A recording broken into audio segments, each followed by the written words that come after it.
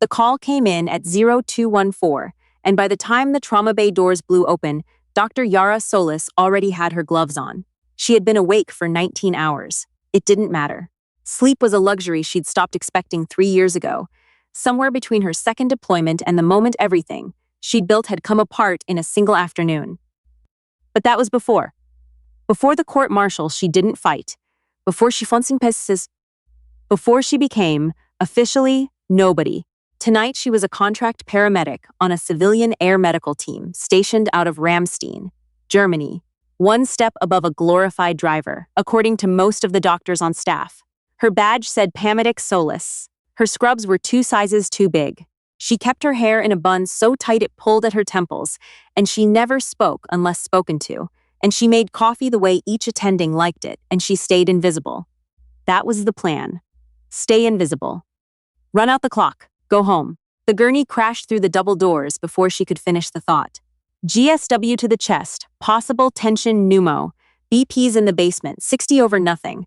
We lost IV access twice in the bird. Yara was already moving. She caught the rail of the gurney without being asked, matched the paramedic's pace, stride for stride, her eyes doing the math before anyone had spoken another word. The patient was male, late 50s, gray at the temples, big through the chest. His lips had gone the color of ash. The O2 sat monitor was screaming. The flight medic looked terrified. Who called for the trauma team? Someone shouted from behind. Already here, Yara said quietly. The trauma attending on call was Dr. Reed Calloway, board-certified, Harvard-trained, and currently walking in from the parking garage at what was, apparently, his own unhurried pace. He arrived in the trauma bay 40 seconds after the patient, still shrugging on his white coat, and immediately took in the scene with the expression of a man who believed that authority was its own kind of competence. He was followed by Brigadier General Howard Keating. Yara knew the face. Most people in this room wouldn't, but she did. Keating, NATO liaison, 2 stars, the kind of man whose name appeared in briefing documents she used to read at 0500 with a cup of bad coffee and a classified clearance level that no longer existed. He was also, she noted, furious. Where is the chief of surgery? Keating demanded. His voice filled the bay the way a parade ground voice always does, designed to carry across noise and distance and chaos. Nobody answered immediately. The monitors were screaming.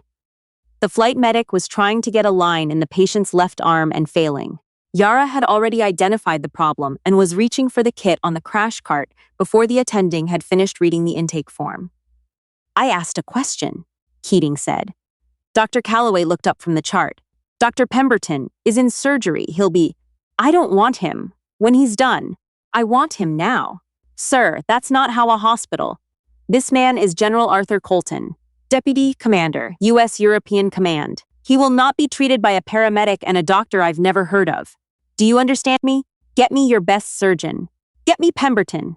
Yara did not look up. She was threading an intraosseous needle into the patient's proximal tibia with the focus of someone diffusing something. Steady hands, controlled breath, muscle memory that came from a place she was not supposed to talk about anymore.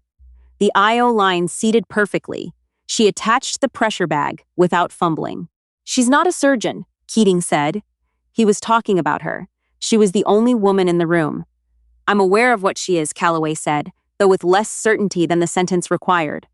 Then move her. I want this man in an OR with a real physician in the next 4 minutes, or I will have this facility's operating license reviewed before morning. The room went quiet in the way that rooms go when someone has said something that nobody knows how to answer. The monitors kept screaming. General Colton's color was getting worse. The oxygen saturation had dropped to 81. Yara straightened up. He has a tension pneumothorax, she said. Her voice was calm. Not soft, calm. There's a difference. Left side. You can hear the absent breath sounds from here. He needs a needle decompression now, not in 4 minutes. If we wait for Dr. Pemberton to scrub out of his current case, General Colton will be dead. Keating turned to look at her. It was the look of a man who has never in his adult life been corrected by someone wearing ill-fitting scrubs. And who, he said slowly, are you, Paramedic Solis? She held his gaze, and I'm right. Calloway was a cautious man by training and temperament. He was not a bad doctor. But he was also the kind of doctor who, when a general and a hospital administrator and 2 stars of military authority were standing in his trauma bay, began to calculate what things would cost him. He hesitated for exactly 3 seconds. 3 seconds too long. Yara picked up the 14-gauge needle. Soulless. Calloway started. "I'll be accountable for it," she said, and before he could decide how to respond, she had already found the second intercostal space, midclavicular line, and inserted the needle with the kind of precision that doesn't come from a textbook. The rush of air was audible to everyone in the room. General Colton's oxygen saturation climbed from 81 to 87 in the space of a breath, then 91. The monitors stopped their most frantic alarming. The color in his face, slowly, improbably, began to change. Nobody moved for a moment. "Get me a chest tube tray," Yara said. And someone paged Dr. Pemberton to let him know we're going to need him for the follow-through. "But the patient will be stable when he gets here." She said it to Calloway, not to Keating. She had already stopped paying attention to Keating. It took Dr. Pemberton 11 minutes to arrive from the OR. In those 11 minutes, Yara placed the chest tube, pushed 2 units of O-negative through the IO line, intubated the general without incident, and talked a 23-year-old nursing student through the documentation with the patient systematic calm of someone who had done this in places where there was no electricity and the only light came through a canvas flap. When Pemberton walked in, he stopped just inside the door. He looked at the monitors. He looked at the patient. He looked at Yara. "Tension pneumo?" he said. "Decompressed 12 minutes ago. Chest tubes in, left side, draining well. He's intubated, GCS improving. You'll want a CT before you take him up, but I'd expect he makes it." Pemberton nodded slowly. He was 62 years old and had been a trauma surgeon for 30 years and had the particular quality of someone who knew what they were looking at when they saw it. He turned to Calloway. "Who managed this?" Calloway opened his mouth, closed it. "Paramedic Solis," said the nursing student, before anyone could answer otherwise. Pemberton looked at Yara for a long moment. Something crossed his face that she couldn't quite read. "Good work," he said. It was 2 words. It was enough. Keating had retreated to the hallway. Yara passed him on her way to dispose of her sharps, and he stepped slightly to the side, not quite blocking her path and not quite clearing it. A small, petty exercise of a man recalibrating. "You could have killed him," Keating said. "I could have," Yara agreed without stopping. Waiting for someone else's permission would have. She pushed through the hallway door. She did not look back. She was in the break room at 04 Harhundred Road when Pemberton found her. She had a cup of coffee, and her jacket pulled tight around her shoulders, and a paperback novel open on the table that she wasn't reading. She heard his footsteps before she heard the door and already knew who it was. Old habit, impossible to break. He sat down across from her without asking. She didn't say anything.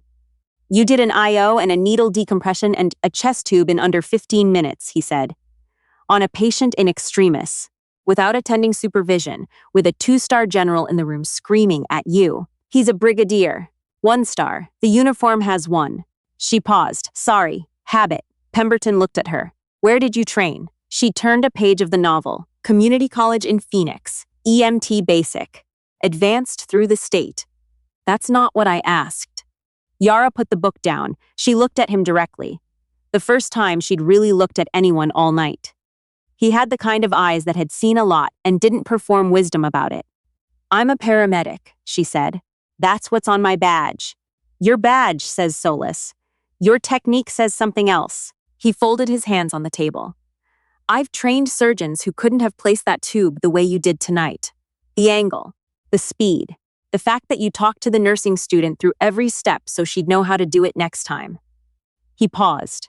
"That's not EMT school. That's not even residency. That's something else." Yara was quiet for a moment. Outside, somewhere down the corridor, a cart rattled past. The fluorescent light above them buzzed faintly, the way institutional lights always do. "I had good teachers," she said finally. Pemberton nodded, slow. "I'm going to write up tonight's case. I have to. It'll go to the department, to quality review, maybe further. Keating will file something. Men like that always do." He looked at her steadily. "Is there anything I should know before it goes up the chain?" She considered the question. She considered him. No, she said. There's nothing. He stood up. He was halfway to the door when he turned back. If you ever decide to tell me the real answer, he said, my door's open. He left. She sat with the coffee until it was cold. The complaint from Keating arrived the next morning in the form of a 3-paragraph email to the hospital administrator, a Dr.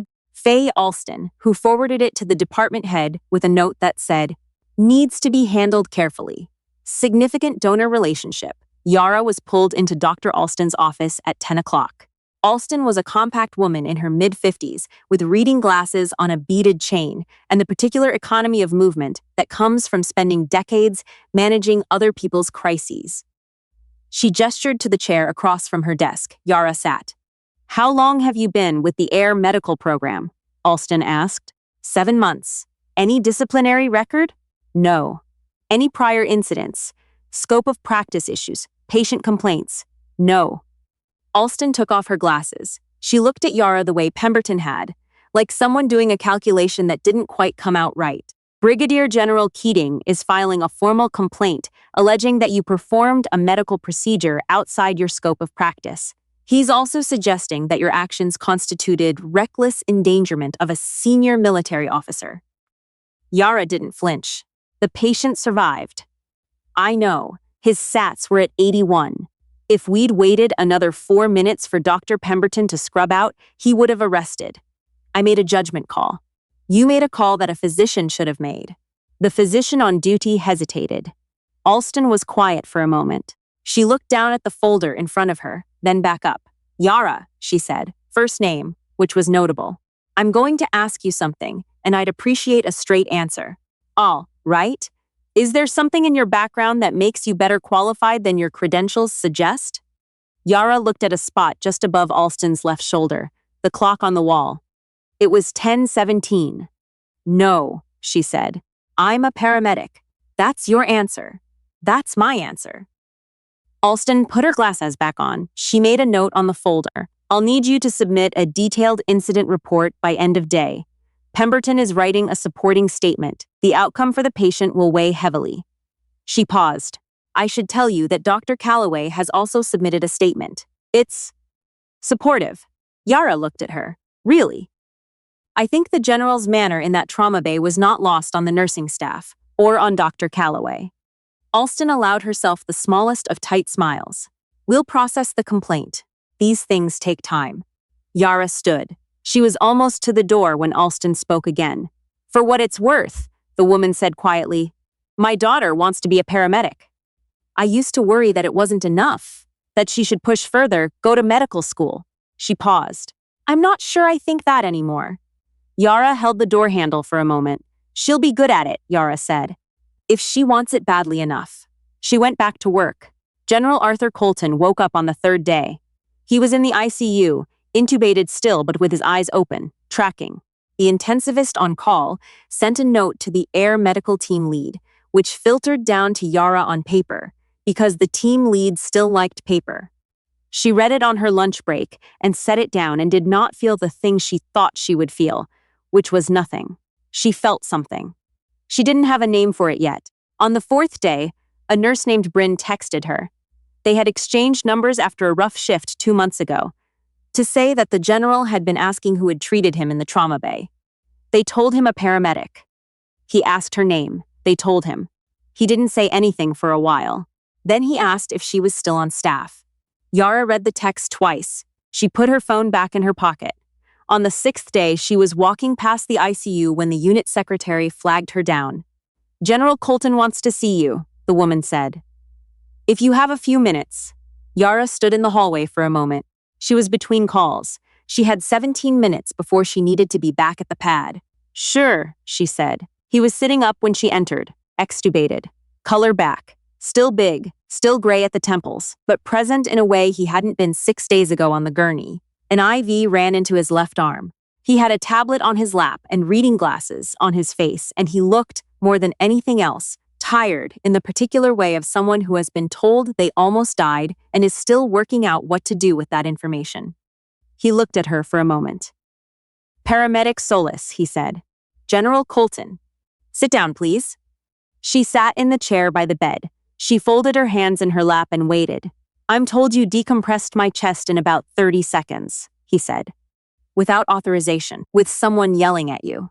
"Howard Keating has a loud voice," she said. "I've worked in louder." Something moved across his face. "Have you? How are you feeling?" she asked.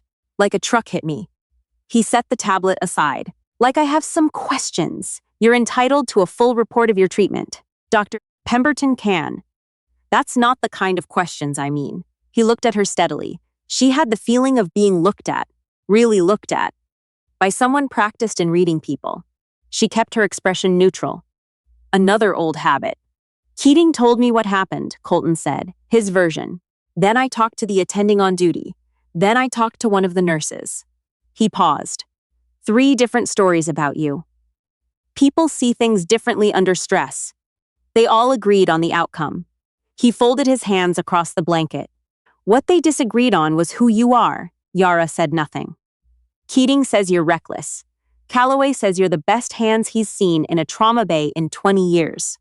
The nurse?" He almost smiled. "The nurse said you explained everything you were doing, step by step, the whole time. That you were teaching while you worked. The student needed to learn." "That's not a paramedic instinct," Colton said. "That's an attending's instinct." The monitor above his bed beeped quietly. Someone's cart rattled past in the hallway. "Sir," Yara said, "I appreciate you wanting to. I'm not finished." His voice was gentle but definite. "I spent 31 years in uniform, Solus.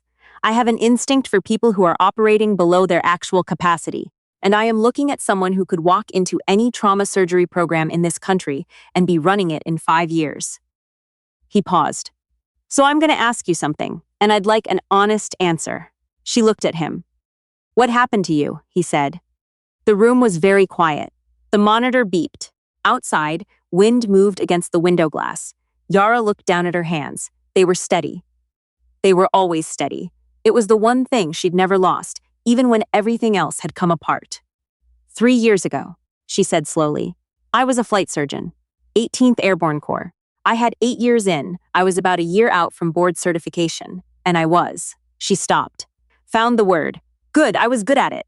Colton said nothing, just waited. There was a patient. Staff Sergeant, 24 years old, GSW to the abdomen, came in during a mass casualty event. We were overwhelmed. I made a call that cost him a kidney. She looked at the window. He survived. He's still active duty. But the attending of record, a man named Dr. Leland Pring, decided that the call I'd made had been outside my authority as a resident. He filed a complaint. Said I'd operated independently without his direct supervision. Had you? He was asleep in the back of the tent. She said it without inflection. He had been on shift for 22 hours. He had been on shift for 22 hours. I made the call. I was the one on paper. She paused. He had connections. I didn't fight it. I signed the discharge papers. I walked. Colton was quiet for a long moment. You let him do it, he said. I was 29. He was a full colonel with the ear of the division surgeon. I was looking at a court-martial on allegations of conduct unbecoming. She almost smiled, though it didn't quite reach anywhere. It seemed easier to disappear, and your license voluntarily surrendered. It was part of the agreement. The agreement that kept the full story quiet, Colton said. The agreement that kept me out of Leavenworth. She looked at him directly. I don't say that for sympathy. I knew what I was signing. She stopped again. I thought it would feel like survival, and then I found out survival and diplomacy aren't the same thing. Colton nodded once. Slow. Pring, he said. Leland Pring, is he still in? Retired. Medical director at a VA facility in the mid-Atlantic. He's done fine. Of course he has. There was something flat and tired in how he said it. They always do. He was quiet for a moment. He looked out the window. Then he looked back. You saved my life, he said. It was simple. Not theatrical. I did my job. You did considerably more than your job, and I'm aware of the distinction. He picked up his tablet and set it aside again, a gesture that seemed more like thinking than restlessness. I have some conversations I could make. About Pring. About what's on your record. I won't pretend I don't have reach in that direction. Yara went very still. I'm not offering this as a transaction, he said quickly. I'm not. I want to be clear that what happened in that trauma bay has no bearing on. I know, she said. I know that's not what this is. I don't know if anything can be undone. These things are complicated, but I know what it looks like when the wrong person carries a file they shouldn't have to carry. He met her eyes, and I know Leland Pring's reputation as it happens. It isn't spotless, she breathed in, breathed out. I spent 3 years, she said, telling myself I didn't want it back. The title, the clearance, the whole thing. That I was fine. She looked at her hands. I don't think I was fine. No, Colton said. I don't think you were either. They sat with that for a moment. The monitor beeped. I'm not making any promises, he said. But I'm going to make some calls. With your permission? Yara looked at him. She thought about 7 months of 2 big scrubs, an invisible on purpose and coffee, made the way the attendings liked it. She thought about the patients sat, climbing from 81 to 91, and the way that had felt like something buried climbing back to the surface. Yeah, she said quietly. Okay. The calls Colton made took 6 weeks. In those 6 weeks, Keating's formal complaint was reviewed and dismissed. The quality review of the Trauma Bay incident came back with a notation of extraordinary circumstances, positive outcome, no further action required.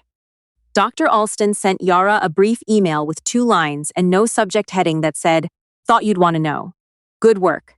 Dr. Pemberton invited her to observe a thoracotomy. She stood at the back of the OR with her hands at her sides and watched him work and said almost nothing. And at the end he said, "You have opinions, I can tell." She said she did.